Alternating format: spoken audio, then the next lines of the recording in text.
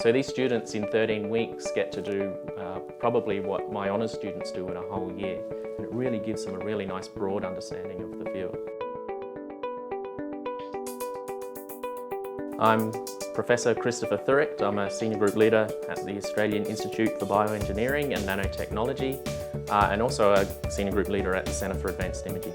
We design a lot of synthetic nanomaterials, and then we probe how these nanomaterials directly interface with biological systems. So another major component of the areas that we work on is the teaching and engagement. So we have a really strong interaction with regional high schools.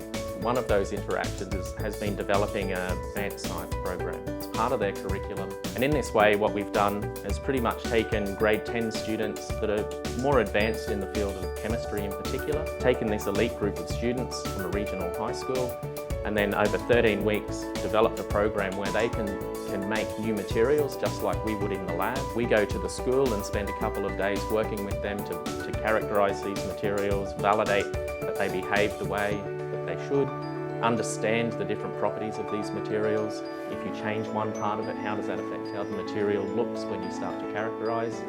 And then ultimately at the end they come down to our group in Brisbane for 3 days and interrogate these materials using the advanced equipment that we have at UQ. So we're really, really proud of that program that we've co-developed with the school, and that's expanding rapidly.